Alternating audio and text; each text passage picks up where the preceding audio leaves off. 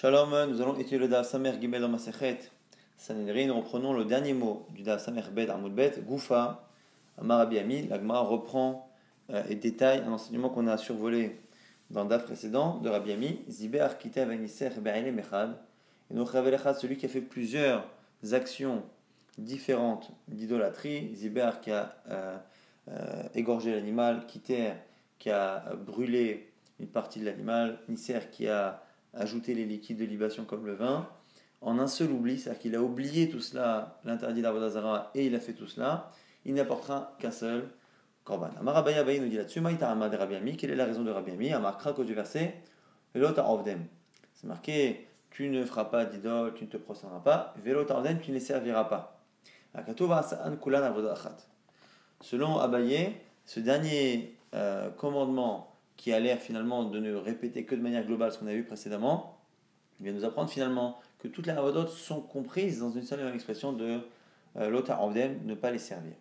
Ou Amar Abaye Achi, l'agma dit que Abaye a pu dire un truc pareil, et Amar Abaye pourtant il a dit Shalosh techavaot ba'avodat kochavim, lama. Pourquoi dans la Torah c'est marqué à 3 reprises de ne pas se prosterner aux idoles? Achat le kedarka, un pour nous dire qu'on ne doit pas se prosterner à une idole dont l'habitude est qu'on se prosterne à elle. Achat shelo kedarka, une autre pour nous dire qu'on n'a pas le droit non plus de se prosterner à une idole qui n'a pas l'habitude qu'on se prosterne à elle. Achat echalek est la troisième fois pour m'apprendre que si on la met à part un peu comme on a vu avec l'interdit du feu dans Shabbat, c'est pour nous dire que finalement cet interdit-là de Ishtachava, comme les autres avodot, sont considérés comme des interdits à part, c'est-à-dire séparés de telle sorte à ce que si on en fait plusieurs, on est chalek de plusieurs korbanot. Et donc on voit qu'on apporte plusieurs korbanot, il a dit les chalek, ce qui n'est pas le cas de Rabbi Ami. La Gemara nous dit l'idvara de Rabbi Ami Kamar, et là le zirale, il n'y a pas de problème. Ce qu'on a dit précédemment, c'est qu'Abaye a commenté Rabbi Ami. Il a commenté Rabbi Ami sans penser comme Rabbi Ami. Donc Rabbi Ami qui dit qu'on n'apporte qu'un seul korban, il dira que même si moi je ne pense pas comme lui, j'expliquerai sa logique. La logique de Rabbi Ami, avec qui je ne suis pas d'accord, la logique elle est d'utiliser l'expression velota avdem. Mais moi par ailleurs, j'utilise le fait qu'on répète à 3 reprises l'otishtahavé, ne pas se prosterner, et selon moi la troisième fois il vient nous apprendre qu'au contraire on apportera plusieurs korbanot. Maintenant la Gemara revient et détaille ce que vient de dire Abaye. Goufa justement sur la deuxième partie de ce qu'a dit Abaye. Amar Abaye shalosh ishtachavot ba'avodat kochavim amachat lekedarka v'achal shel kedarka v'achal lechalek. Les 3 expressions qui interdisent le fait de se prosterner viennent nous apprendre une fois que c'est quand on a l'habitude de le faire, une fois qu'on n'a pas l'habitude, et une fois pour dire qu'on est chayav à chaque avoda. Lekedarka, la Gemara dit maintenant, le fait d'interdire de se prosterner lorsque c'est l'habitude de le faire, on l'apprend dans notre verset. On l'apprend du verset le verset qu'on a étudié à plusieurs reprises dans les dabim précédents. Comment les goïms vont servir leurs idoles? Cette phrase que diraient les Bnei Israël en arrivant en Eretz Israël est une phrase qui nous apprend que comme ils pratiquent, comme ils servent l'idole, c'est interdit. Donc on n'a pas besoin du premier ishtachava. Et là, achad kedarka shelo kedarka. Maintenant, en fait, je vais t'expliquer ce qu'a voulu dire Abaye. Echad kedarka shelo kedarka. Quand on dit kedarka, c'est l'habitude qui n'est pas l'habitude. C'est-à-dire, quand la personne se prosterne à une avodah zara, qui a l'habitude, non pas qu'on se prosterne à elle, mais qu'on lui fasse kavod. Parce qu'on a vu qu'on a séparé dans les idoles, il y a des idoles qui ont l'air de demander, entre guillemets, qu'on leur fasse du kavod, ça peut être se prosterner ou autre chose, les embrasser, ainsi de suite, on a vu dans la Mishnah, et d'autres qui demandent des actions de manque de respect. Donc il y a vraiment deux grandes écoles, on va dire, dans la avodah zara. Et donc ici, quand on dit kedarka, c'est pas que c'est l'habitude. Si c'est vraiment l'habitude de la avodah zara qu'on se prosterne de manière précise, ça vient du pasuk echaya avdu. Mais l'autre ishtachave, c'est pour m'apprendre que c'est interdit de se prosterner à une idole, même si elle n'a pas l'habitude qu'on se prosterne à elle, à partir du moment où elle a l'habitude qu'on lui fasse du kavod. Alors, comme on a répété une seconde fois, c'est dans le cas pour nous dire que même si elle n'a ni l'habitude qu'on se prosterne, ni même l'habitude qu'on lui fasse kavod, l'autre ishtachave est même interdit pour Markoulis, on a dit, et Baal Peor, qui sont des avodot qui demandent qu'on leur manque de respect. Vachad et Chalek est la troisième, comme on a vu, pour séparer les chiyuvim, apporter plusieurs korbanot. Maintenant, on reprend la Mishnah Kabelo, Alav Beloa, Omerlo Eliata, celui qui accepte une divinité comme son Dieu en lui disant Eliata, tu es mon Dieu. Amar Nachman, Amar Abba Baravo, Amarav, au nom de Rav, on dit Kivan Shamalo Eliata Chayav. Au nom de Rav, on dit quoi? À partir du moment où la personne a exprimé et a accepté cette divinité comme étant son Dieu, il est chayav déjà, et il est coupable de tout à partir du moment où où il s'est exprimé, même s'il n'a pas pratiqué. La Gemara dit, les mailles, de quoi il est chayav? Il est ktala, s'il est chayav de la peine de mort, matitini, c'est ce qui a marqué dans la Mishnah.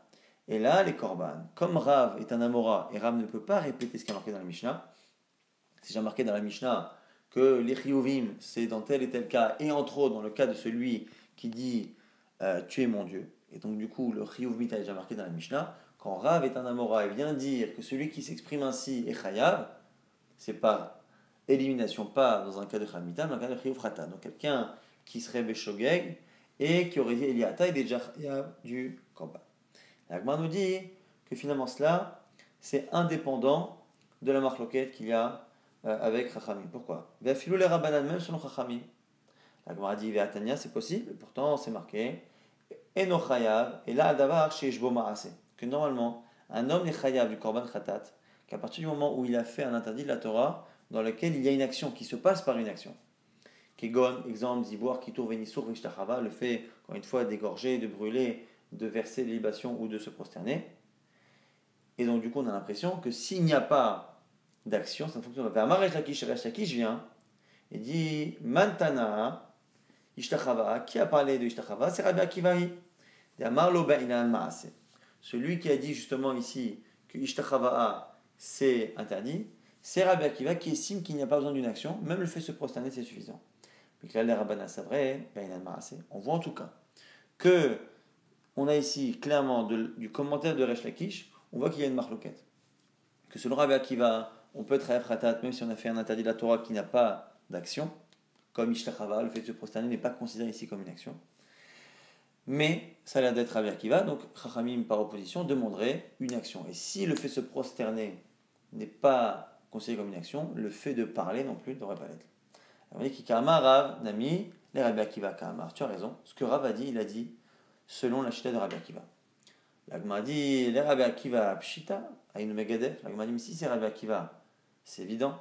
Parce que Rabbi Akiva a déjà dit finalement que dans Megadef, dans l'interdit de maudire, entre guillemets, la divinité, le simple fait de prononcer ses chayav mita et ses chayav khatat. Et donc, à l'opposé, lorsque la personne accepte ce Dieu comme divinité, c'est pareil aussi, ça devrait être chayav, on le sait déjà. Elle va dire non, Maoud et Tema, c'est pas évident. Ad Kalomer Rabbi Akiva Korban et la même Gadev d'Irtirbe Karet. Tu aurais pu penser que Rabbi Akiva n'oblige la personne à apporter un korban, un sacrifice, dans le fait de parler quand c'est contre Dieu, parce que c'est marqué là-bas que c'est chayav karet, que c'est chayav, donc d'excommunication. Avalacha, mais dans ici l'autre interdit qui est le fait d'accepter une idole comme un dieu, des loctifs bekaret, où c'est pas marqué qu'il est bekaret quand c'est volontaire. Et Imalo, j'aurais dit que non. Kamash malan, dit itkush et itkush. De là on apprend qu'on aurait pu penser ça, mais finalement non. C'est pour ça que Rav vient dire qu'on est makish les deux, c'est-à-dire qu'on les associe les deux. Yati vaishtachavulo, vaishbechulo, vayomru ele lohecha Israël. Pourquoi? Parce que dans la faute du Vaudor, les Bnei Israël se sont prosternés, ont égorgé des animaux pour ce veau, et à la fin, ils l'ont accepté comme divinité. Et les Elohecha Israël, voici ton Dieu Israël qui t'a sorti d'Égypte. Et donc le fait qu'à un moment donné, la Torah nous rapporte un épisode dans lequel les Bnei Israël ont fait à la fois l'avoda, à la fois le fait d'accepter comme Dieu, qui est aussi finalement considéré plus ou moins comme étant un guidouf, une attaque à Kadosh Baruch Hu. Du coup, on met tout cela sur le même plan, mais surtout, encore une fois, le fait d'associer ça à Zover, à celui qui fait la Shrita. Donc, de la même manière qu'ils ont fait la Shrita et accepté ce veau comme une divinité, celui qui finalement accepte une idole comme sa divinité, comme son Dieu, à ce moment-là, il sera Chayav, Korban. Et donc, c'est ça le Chidouj Rav, c'est même dans le cas où il accepte une idole comme Dieu, il est Chayav Korban. Amar Rabbi Yochanan nous dit maintenant qu'il fait une dracha par rapport à ce verset. Parce que lorsque les Bnei Israël ont fait ce vaudor, ils ont dit donc voici ton Dieu Israël qui t'a sorti Asher He'ailucha. Donc c'est marqué ici avec un vav. Pas He'ailecha, mais He'ailucha au pluriel. Voici tes dieux qui t'ont sorti d'Égypte. Si on lit au sens strict, c'est au pluriel. Et non pas Asher He'ailecha qui t'a sorti au singulier. Alors il dit quoi Rabbi Hanan? Il m'allait vav, chez Be'aïloucha. S'il n'y avait pas eu ce vav, dans Aïloucha, nitraïvou rishaim shel Israël, klaya. Le Ham Israël, alors ici on n'appelle pas Ham Israël, on dit les fauteurs du Ham Israël ou les ennemis du Ham Israël auraient été exterminés. Pourquoi? Parce que ce pluriel, le vav, rappelle le pluriel. Ce pluriel montre que finalement, même s'ils ont accepté ce veau, en disant qu'ils t'ont sorti d'Égypte, ils ont associé le veau à Akadosh Baruch Hu. Ce qui veut dire que dans cette idolâtrie, nous dit Rabbi Yochanan, il n'y avait pas un oubli de Dieu, il y a eu simplement un rajout et un chitouf, une association avec une idole. Et donc sur le Rabbi Yochanan, c'est ce qui les a sauvés. Alors la Gemara dit, mais c'est pas évident, tout le monde n'est pas d'accord. Certains pensent que le fait d'associer Dieu à une divinité, c'est une catastrophe. Qui disent que il m'alevav chez Be'aïloucha nitraïvou chez Israël klaya. Il y en a qui disent effectivement comme Rabbi Yochanan. Alors Rabbi Shimon ben Yochai, mais Rabbi Shimon ben Yochai a répondu à cela. Alors kolam shatef shem shamayim vedavar acher, ni'aka min ha'olam.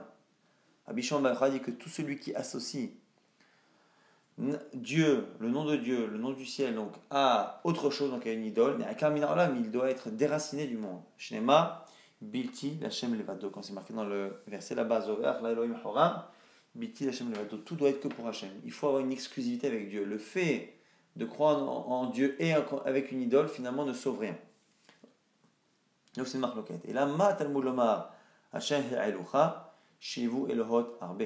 Alors pourquoi c'était marqué au pluriel? Nous dit ici Rabbi Shimon bar Yochai, c'est parce qu'ils ont pris plusieurs dieux. Non pas que le veau d'or, ils ont accepté plusieurs divinités et ils les ont associés à leur sortie d'Égypte.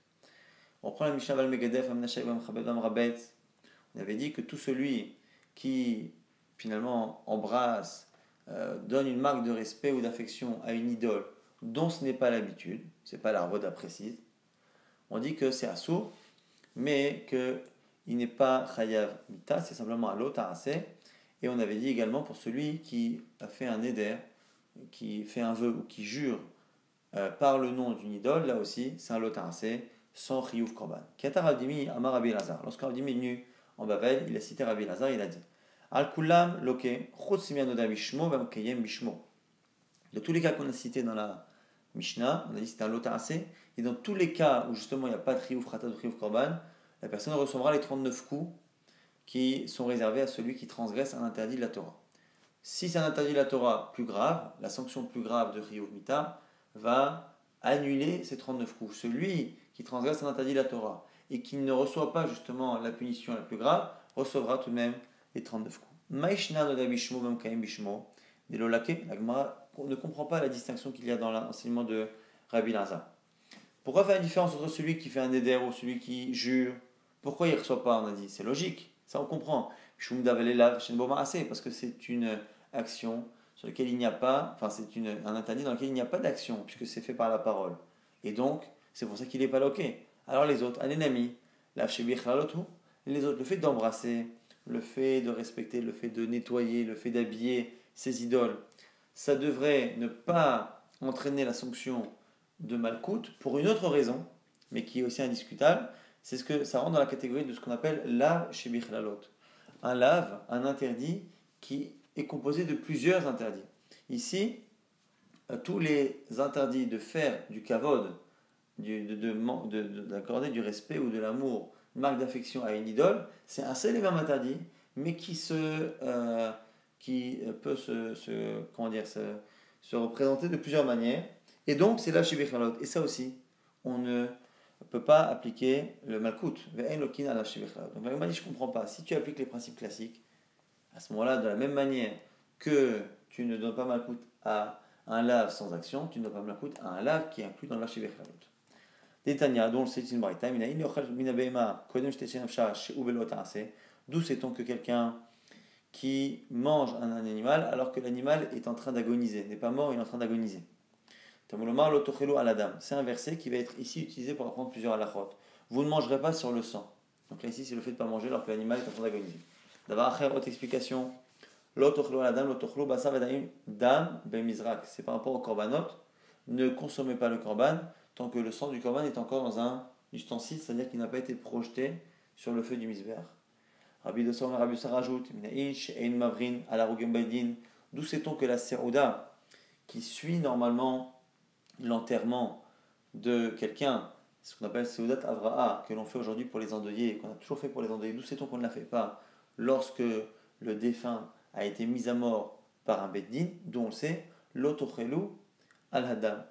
Vous ne mangerez pas sur le sang ici qui a été versé par le beddin. Rabbi Akiva Omer, Rabbi Akiva rajoute, d'où sait-on que les juges, les 23 juges qui ont participé à la mise à mort de quelqu'un, d'où sait-on qu'ils n'ont pas le droit de goûter quoi que ce soit de la journée, ils doivent jeûner, d'où sait-on l'autre à la dame, vous ne mangerez pas sur le sang, vous ne mangerez pas tout le jour où le sang a été versé par votre intermédiaire. Amar Rabbi Chanan nous dit Azara les ben sorer ou moré minaim. D'où sait-on qu'il y a un interdit d'être ben sorer ou moré? Ben sorer, c'est l'enfant qui vole et qui mange des quantités énormes et que l'on met à mort. Dans la paracha de ben sorer ou moré, c'est marqué la sanction. Un homme qui a cet enfant-là fera ci, fera ça, et l'enfant sera frappé et mis à mort. Mais on n'a pas la Hazara, ce que l'on voit à chaque fois encore une fois dans Sanhedrin, c'est qu'il faut à la fois la sanction, mais aussi un verset par ailleurs, qui dit qu'il ne faut pas être comme ça, il ne faut pas faire, et après on dit s'il le fait, le fait de dire qu'il est Hamita n'est pas suffisant, donc c'est qu'il y a une Hazara, l'otochlo, alada, vous ne mangerez pas sur le sang. Là aussi c'est une allusion à la consommation que fait le Ben Soromoré qui va entraîner finalement sa mise à mort. Marabi Avin Barchia, Veitem Marabi Avin Barkahana. Et là aussi on a un Rabbi Avin, soit Barchia, soit Barkahana, qui dit que Al-Kulam, sur tout ce qu'on a dit, et noloke, on ne donnera pas de coup. Mishum d'avaler lav shibichlалот. Parce que vous avez vu que c'est le même verset qui finalement apprend plusieurs interdits différents. Et donc c'est lav shibichlалot et on n'apprend pas qu'on peut donner malkout dans lav shibichlалot. Et donc du coup, la question revient. Comment se fait-il que dans cette version de Rabbi Lazare citée par Avdimi, on a ici une distinction entre des interdits de la Mishnah, qui sont certains lav shibichlалot et certains lav shembo ma'aseh, et dans certains il sera frappé, dans l'autre il ne sera pas frappé, alors que normalement les deux catégories, lav shebichlалot et lav shembo ma'aseh, on ne devrait pas être frappé. Alors la Gemara corrige, et là Kiata Ravin, parce que Ravin est venu, Amar Rabbi Lazar, il a cité Rabbi Lazar d'une autre manière. Al kulan enoloke, chutz minanoda bishmo vem kraim bishmo. L'inverse, sur tous les cas qu'on a cités, toutes les marques de kavod, de respect, d'amour pour la Vodazara, il ne recevra pas justement malkout. Pourquoi? Parce que c'est chez la shebichlалot. Chutz minanoda bishmo vem kraim bishmo, sauf les deux qui sont liés à la parole, Neder le vœu et Shvoa le serment. Alors la Gemara pose la question la même, mais à l'envers. Alors Machina Nardelo Lake, la Shevichalot, Hanenami, la Sheven Bomar Sinino. La Gemara dit attends, je ne comprends pas. Au début, on ne fait pas mal coup parce que c'est la Shevichalot, mais la suite, la fin c'est pareil, c'est la Sheven Bomar Assez. Elle dit où qui Rabbi Uda? Non, parce qu'au moins ça peut respecter une Shita qui est celle de Rabbi Uda. Rabbi Uda, lui, a l'air de dire que l'Av Sheven Bomar Assez, même s'il n'y a pas d'action dans un lave, on reçoit Malko. Détania, c'est marqué dans une braïta, l'autre théo, mais maintenant à Boker. Au sujet du korban, qui ne doit pas être consommé après la nuit, vous n'en laisserez pas jusqu'au matin. Ve'anota memenu ad boker, ba eshtis rofu. Et ce qui restera jusqu'au matin sera brûlé. Donc on a un korban ici. Je crois que c'est le sujet du korban Pessah, c'est ça, c'est le sujet de la viande du korban Pessah. On doit le consommer entièrement. Donc on a un interdit d'en laisser au matin. Et après on a une mise positive de le brûler si il en est resté. Bakatouv liten ase achar lota ase. La Torah, donc nous décrit Rabbi Yehuda, est venu rajouter une mise positive après la mise négative. L'Omar, chez Elokimala, pour nous apprendre qu'il n'y a pas malkout. On aurait pu appliquer malkout le fait de frapper cet homme-là parce que c'est un lave. À partir du moment où on a acheté un ase, c'est pour dispenser. Il y aurait Rabbi Yehuda dit cela. Rabbi Yaakov Omer, l'Omina Shemouze. Mais il dit non, il n'y a pas besoin de tout cela. Et là, Mishum Davalé, à la base déjà, c'est un interdit dans lequel il n'y a pas d'action. Le fait de ne pas terminer le korban est une non-action, le fait de ne pas manger. Et donc, il n'y a pas d'action, donc il n'y a pas de makut. Et tout interdit dans lequel il n'y a pas d'action, il n'y a pas makut. De là, on apprend Miktelan Rabbi Sava, lokin alav. Là, on voit que Rabbi Yehuda a l'air de ne pas être d'accord avec ce postulat qu'un lav shen boma'ase, il n'y a pas malkout. C'est la raison pour laquelle il a besoin, dans le cas là-bas du Korban Pessah du notar, de dire que c'est parce que là-bas, il y a spécialement une mise à positive qui est venue exceptionnellement ne pas lui appliquer malkout, mais par ailleurs, il y aurait malkout sur un chaîne bomardé. Et donc c'est pour ça qu'on peut comprendre cette version de l'enseignement de Rabbi Lazar, donc la seconde version, celle de Ravin, et non celle de Rabbi Dimi. On prend la Mishnah d'Adamishmo, Makemishmo, Areze Belotarase. Celui qui fait un vœu ou qui jure au nom d'une idole transgresse un lot Tarase. Adamishmo, Makemishmo, Menalan. D'où on sait tout cela? La dit détaillé, c'est une braïta. Mais Shem Elohim Harim lo tazkiru. C'est marqué dans Shemot que il ne faudra pas mentionner, il ne faudra pas rappeler le nom d'autres divinités. Shelo Yomar Adam Lechavero Shemo li betzad avodat kochavim plonit.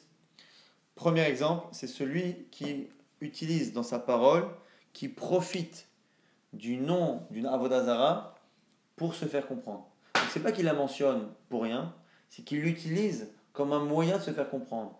Tu sais quoi? Pose-moi cet objet, laisse-le moi à côté de ce temple-là de telle idole, à côté de telle idole. Ici, il peut se faire comprendre et donner rendez-vous ou demander à la personne de déposer l'objet grâce à l'idole qui sert finalement de données de localisation. Et ça, c'est un profit qui est interdit, donc c'est ça l'otaskiro. Après, c'est marqué dans le même verset, lo ishama al picha. Le nom de la vodazara ne doit pas être entendu dans ta bouche. Qu'est-ce qu'on apprend? Chez Loïdor Bishmo, le fait de ne pas faire de vœux ni de jurer, c'est on apprend de là. Veloï Grom Lacherim, chez Idru Bishmo, Vekaimu Bishmo. Et il ne doit pas non plus provoquer le fait qu'une autre personne jure ou fasse un éder au nom de cette avodazara. Deva Acher, autre explication, les Shamapicha, Azara l'hémicite ou le Madiach. Mais qui disent le Shamapicha, c'est le fait de ne pas c'est le fait de ne pas provoquer qu'un homme au singulier, Messit, ou qu'une ville, Médiar, puisse faire Avodah Zarah. Il m'a dit attends, mais Messit et Médiar, il y a des parachutes clairement qui disent que celui qui fait ça, il sera Mita, que c'est très grave. Messit, Bédiak, Tivbe, Rol Israël, Ishmeo, Veraoun, le Sifula, Asad, Kadavarazé, Kadavarazé, Bikabecha, c'est marqué qu'on mettra à mort et à la fin, tout le monde verra et ne recommencera pas à faire comme lui. Il m'a dit là, Zara, mais les Médiar. Il m'a dit tu as raison, mais il faut une Azara. Rappelez-vous qu'encore une fois, ces parachutes très souvent parlent de la sanction, mais il n'y a pas eu marqué à un moment donné l'otacite, l'otadir, n'influence pas un homme, n'influence pas une ville. Et donc, il a fallu à un moment donné qu'on le sache et on l'apprend selon certains de l'oïshama al-pira. Non, mais l'oï, comme la chirim shidro bishmo, on a dit qu'il ne faut pas provoquer que les autres jurent. Chez Kaimou bishmo et qu'il fasse donc, soit qu'il fasse un vœu, soit qu'il jure. Mais ça y est, allez, la voix des Shmuel, ça confirme ce que disait le père de Shmuel. D'Amar, la voix des Shmuel, le père de Shmuel, il est encore plus loin. Il dit à soit la dame chez assez choutafut, il m'a voté kochavim. Un homme, un juif n'a pas le droit de faire une association avec un idolâtre. De peur que ça provoque que du coup, lui en faisant une affaire, en ne faisant pas d'affaire, en prenant un risque, il a provoqué que son associé qui est du coup engagé également fasse un serment ou un éder pour cette idole, et donc du coup on n'a pas le droit de s'associer avec un Orvel Kochavim. On voit ici qu'on va plus loin, non seulement avec un juif, même avec un Orvel Kochavim. Donc il y en a qui disent que pour l'Orvel Kochavim c'est qu'une smarta, c'est que Midera Banane, mais en tout cas c'est ici l'interdit de faire jurer. Kata Oula, lorsque Oula est venu, un jour il s'est endormi dans une ville qui s'appelait ici Kalnevo. Kalnevo. Alors on verra par la suite que le vrai nom a priori de la ville et de l'idole c'est Nevo. Donc il y avait une ville qui avait le nom d'une idole. Et Nevo, c'est le nom de l'idole. Et lui, il a rajouté, ou la Gemara rajoute ici, Kal Nevo. Kal, c'est l'inverse de Kavod. Kavod, c'est donner du poids, de l'importance à quelqu'un. Kal, c'est au contraire manquer de respect. Et donc, du coup, Kal Nevo, c'est une manière de rajouter un préfixe au nom de l'idole, qui était également le nom de la ville, pour ne pas qu'en prononçant la ville, on prononce le nom de l'idole et qu'on transgresse. C'est interdit finalement de Beshem Elohim Harim Lotazkiru. Amalé Rava, Veicha Batma. Un jour, Rava lui dit alors, où est-ce que tu as dormi? Amalé lui a dit Bekalnevo, dans la ville de Kalnevo. Donc lui-même a utilisé cette expression-là de Kalnevo. Amalé lui dit Vehaktiv. Alors ça n'a pas suffi à Rava.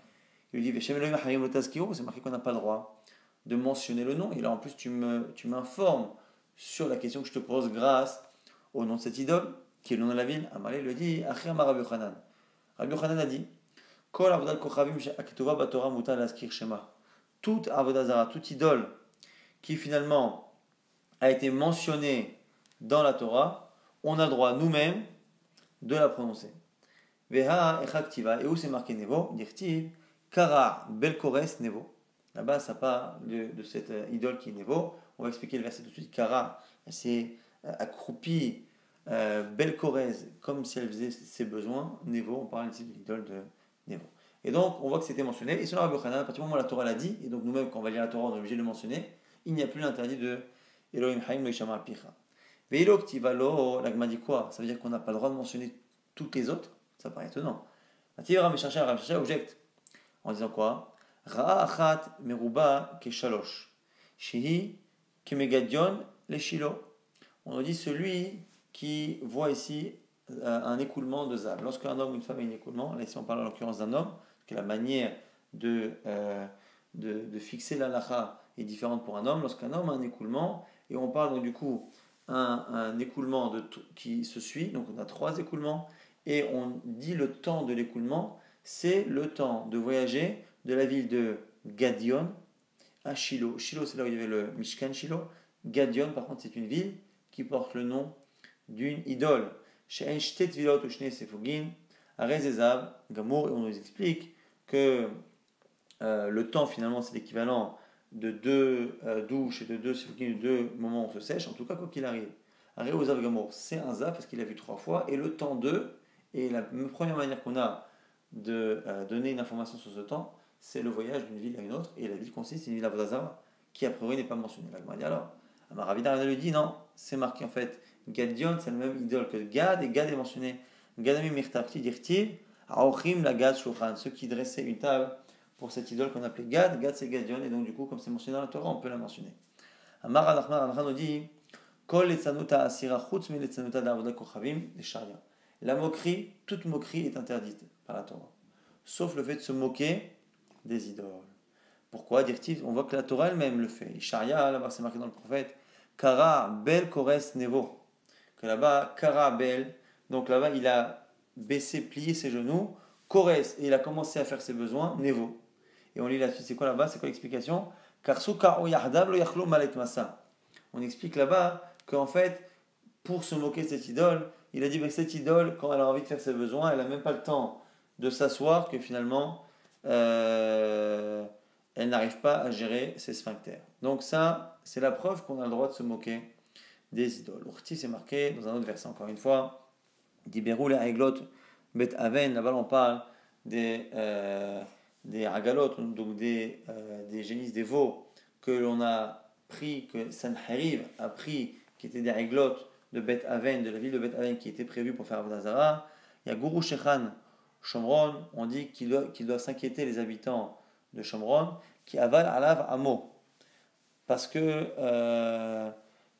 finalement le peuple devra s'endeuiller, aval alav, il devra s'endeuiller sur justement ce Hegel, ce veau sur lequel il faisait Avodah Zarah, ou Khmarav et les prêtres également, alav yagilou.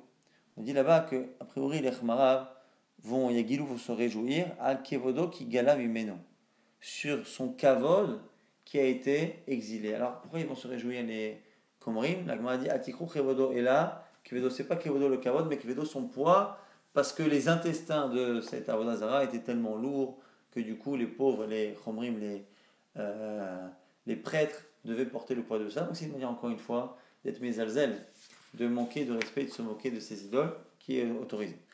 Donc